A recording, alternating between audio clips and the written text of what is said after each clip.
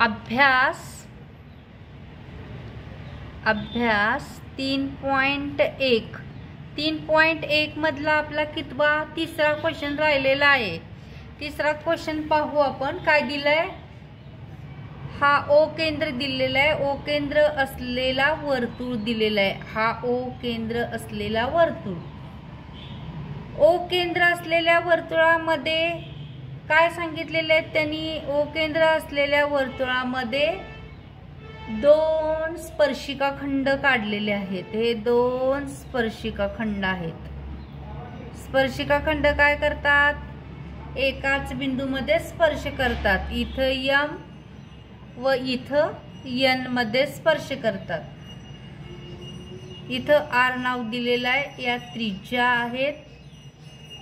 रेख आर्यम आणि रेख आर्यन हे ओ केंद्र असलेल्या वर्तुळाचे स्पर्शिका खंड आहेत।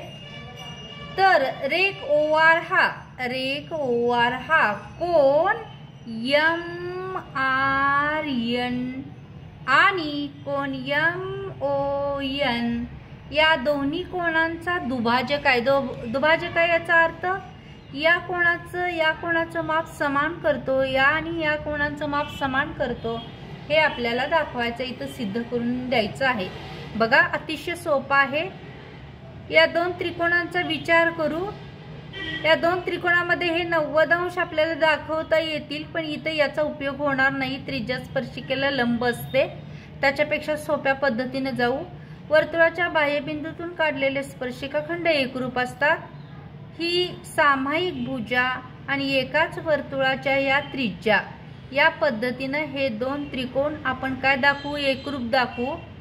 एकरूप त्रिकोणांचे संगत कोण एम आर ओ आणि एन आर ओ हे 2 कोण आपल्याला एकरूप दाखवता येईल।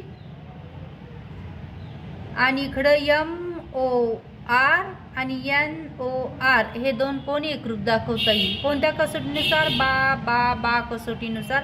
बघा त्रिकोणांचा विचार करूया। कुठल्या त्रिकोण आर ओ एम आर आणि हा वाचूया ओ एन आर मध्ये। त्रिकोण एम ओ आर व त्रिकोण एन ओ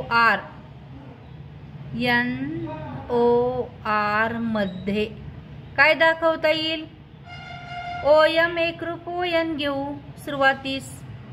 रेख ओ एम एकरूप रेख ओ एन। आधार काय देता येईल, एकाच वर्तुळाच्या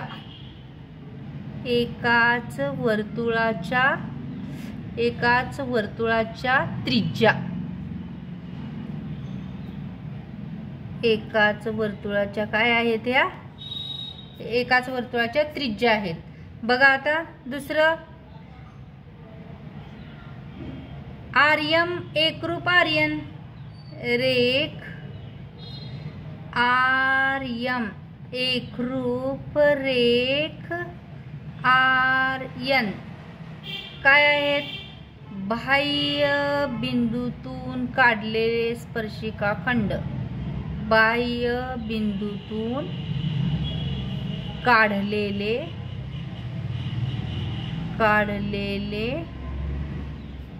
स्पर्शिका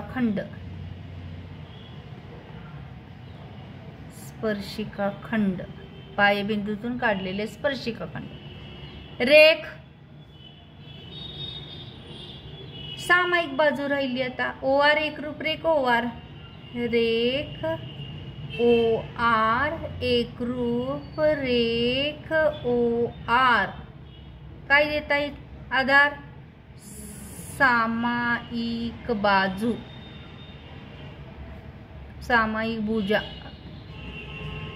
म्हणून त्रिकोण कोणते एम ओ आर, त्रिकोण एम ओ आर एकरूप त्रिकोण एन ओ आर सर्व बाजू एकरूप आहेत। त्यामुळे कसोटी आपल्याला बा कसोटीनुसार। मग एकरूप त्रिकोणांचे बाबा कसोटीनुसार एकरूप त्रिकोणांचे संगत कोण दाखवता येतील? एकरूप त्रिकोणांचे संगत कोणकोणते? एम आर ओ कोण एम आर ओ, एकरूप कोण एन आर ओ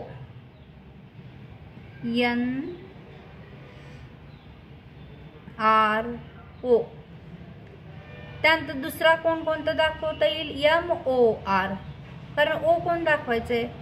कोण एम ओ आर, एकरूप कोण एन ओ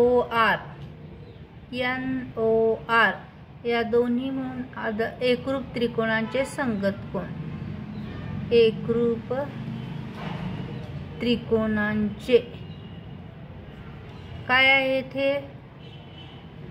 संगत कोण.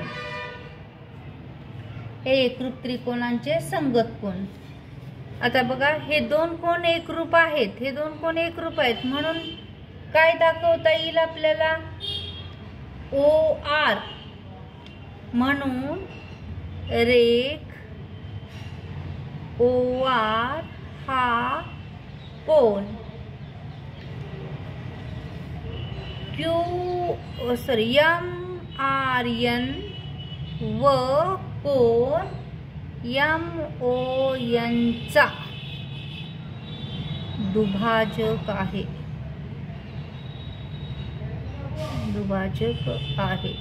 अगदी सोप्या पद्धतीने दाखवता येईल. इथं बघा, बाबा कसोटी दोन्ही त्रिकोणामध्ये दाखवलेली आहे. त्या एकाच वर्तुळाच्या त्रिज्या, त्यानंतर हे भाईबिंदूतून काढलेले स्पर्शिकाखंड, सामायिक बाजू. बाबा कसोटीनुसार हे दोन त्रिकोण एकरूप, म्हणून एकरूप त्रिकोणांचे संगत कोण M R O N R O, हे कोण एकरूप झाले, हे कोण एकरूप झाले. म्हणून कोण जर एकरूप असतील तर हा दुभाजक होऊ शकतो. चला आता दुसरा क्वेश्चन आपल्याला काय दिलेला आहे बघू. दुसरा क्वेश्चन सोडून घेऊ. दुसरा क्वेश्चन काय दिलेला आहे? त्रिज्या 4.5 सेमी असलेल्या दोन स्पर्शिका परस्पर समांतर आहेत तर त्या स्पर्शिकेतील अंतर किती? सहकारण सांगायचंय. काय सांगितलंय? हे वर्तुळ काढून घेऊ. इथं याच्या काय काढूया? इथं स्पर्शिका. हे अंतर विचारलेलं आहे त्यांनी, किती अंतर काढता येईल. या स्पर्शिका केंद्रबिंदूला ओ देऊ. इथं पी क्यू कोणतंही नाव देऊ शकता. इथं आर एन अशी नावं दिलेली आहेत. बघा, ओ केंद्र असलेल्या वर्तुळामध्ये सांगावं लागेल इथं, कारण दोन स्पर्शिका परस्परांना समांतर आहेत. कोणत्या स्पर्शिका? स्पर्शिका वर्तुळाला एकाच बिंदू स्पर्श करतात. इथं 90 अंशाचा कोन होईल, इथं 90 अंशाचा कोन होईल. बघा, ओ केंद्र असलेल्या वर्तुळामध्ये रेख पी क्यू किंवा किरण म्हणता येईल, इथून निघालेलं आहे. रेख पी क्यू व रेख आर एन या वर्तुळाचे काय आहेत? दोन समांतर स्पर्शिकाखंड आहेत. ओ केंद्र असलेले ते लिहावं लागणार, कारण इथं आकृती आपल्याला दिलेली नाही, तिथं स्पष्टीकरण सगळं द्यावं लागतं. ओ केंद्र असलेल्या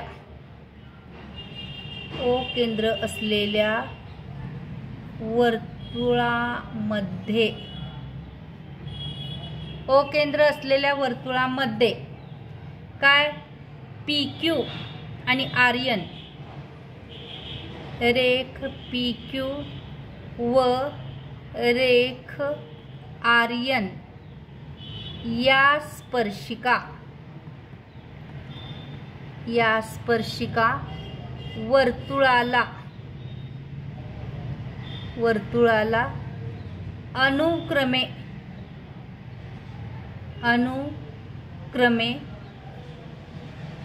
बिंदू पी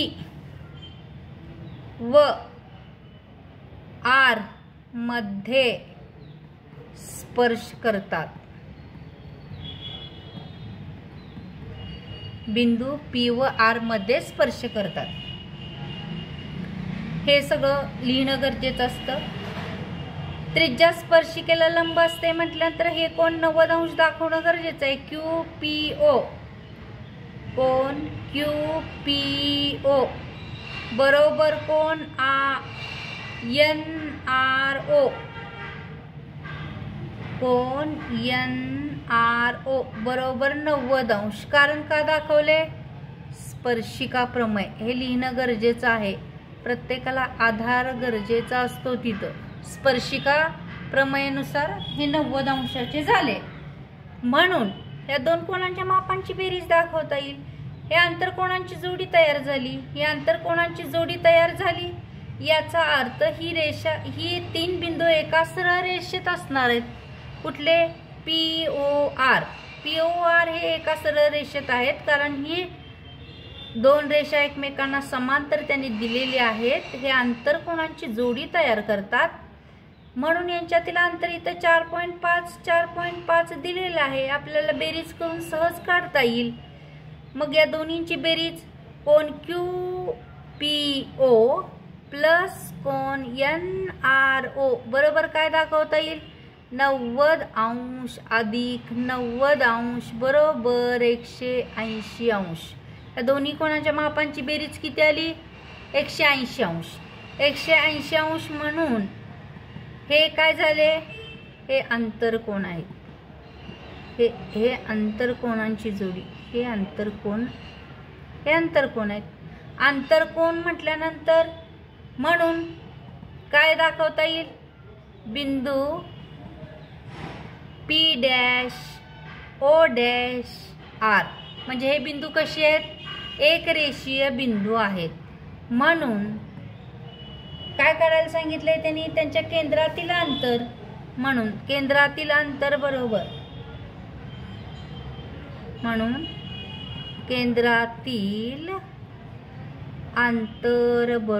केंद्रातील अंतर एक बिंदू एक रेषेत बेरीज करता येते. OP अधिक OR बरोबर 4.5 अधिक 4.5. 4.5 अधिक 4.5. 5 आणि 5 10 0 हातच्याला 1. 4 आणि 4 8. 8 आणि 1 9 सेमी. केंद्रातील अंतर किती असणार आहे? 9 सेमी. अंतर बरोबर 9 सेमी. इतकं सोप्या पद्धतीने हे आपल्याला दाखवता येईल. आता आपण काय करू? अभ्यास 3.2 कडे वळू. अभ्यास 3.2. अभ्यास 3.2. 3.2 कडे जात असताना दोन बाह्यस्पर्शी आणि आंतरस्पर्शी वर्तुळांचा विचार करणं गरजेचं आहे कारण त्याच्यावरून आपल्याला गणित सोडवायची आहेत. ही दोन बाह्यस्पर्शी वर्तुळे आहेत तर ही दोन आंतरस्पर्शी वर्तुळे काढलेली आहेत. वर्तुळाचे केंद्रबिंदू आणि स्पर्शबिंदू नेहमी एकाच रेषेत असतात. वर्तुळाचे केंद्रबिंदू आणि स्पर्शबिंदू काय असतात? एकाच रेषेत असतात. जेव्हा दोन वर्तुळ हे बाह्यस्पर्शी असताना त्यांच्या केंद्रातील अंतर काढतो, ही त्रिज्या R1 घेतली, ही त्रिज्या R2 घेतली तर यांची नेहमी बेरीज होते R1 प्लस R2. आणि जेव्हा वर्तुळे ही काय असतात? वर्तुळे ही आंतरस्पर्शी असतात तेव्हा त्यांच्या केंद्रातील अंतर काढत असताना त्यांची वजाबाकी होते R1 मायनस R2. आता बघा आपल्याला पहिलंच गणित सोडवायला दिलेलं आहे. त्यांनी काय दिलेलं आहे? दोन आंतरस्पर्शी वर्तुळांच्या त्रिज्या 3.5 व 4.8 सेमी आहेत तर त्यांच्या केंद्रातील अंतर किती? आता दोन वर्तुळे कशी आहेत? दोन वर्तुळे आंतरस्पर्शी आहेत. आंतरस्पर्शी दोन वर्तुळे आंतरस्पर्शी आहेत म्हणून अंतर बरोबर आताच आपण शिकलो. अंतर बरोबर काय येणार, R1 मायनस R2 या पद्धतीनं काढून घ्यावं लागणार.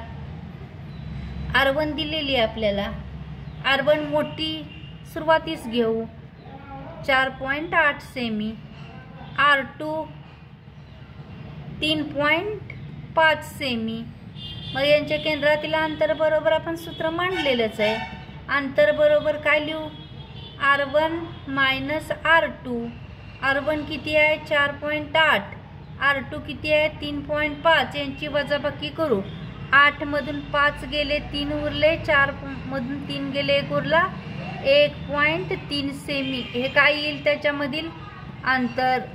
कधी वर्तुळे जर काय असतील तर आंतरस्पर्शी असतील तर. आता पुढचं गणित काय दिलेलं आहे बघा. दुसरं गणित त्याने दिलेलं आहे, बाह्यस्पर्शी असलेल्या दोन वर्तुळांच्या त्रिज्या अनुक्रमे 5.5 सेमी आणि 4.2 सेमी आहेत. दोन वर्तुळे कशी आहेत, दोन वर्तुळे बाह्यस्पर्शी आहेत.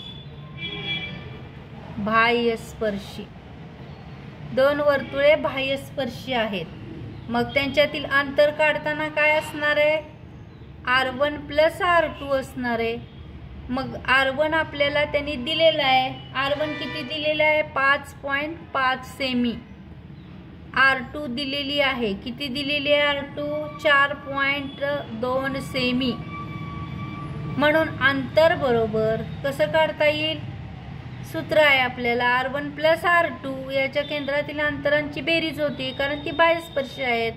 5.5 अधिक 4.2 या दोन्हींची बेरीज 5 आणि 2 7, 5 आणि 4 9, 9.2 सेमी येईल.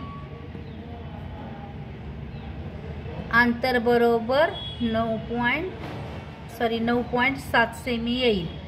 याप्रमाणे पुढच्या याच्यामध्ये राहिलेली गणित तुम्हाला भागात देत आहे.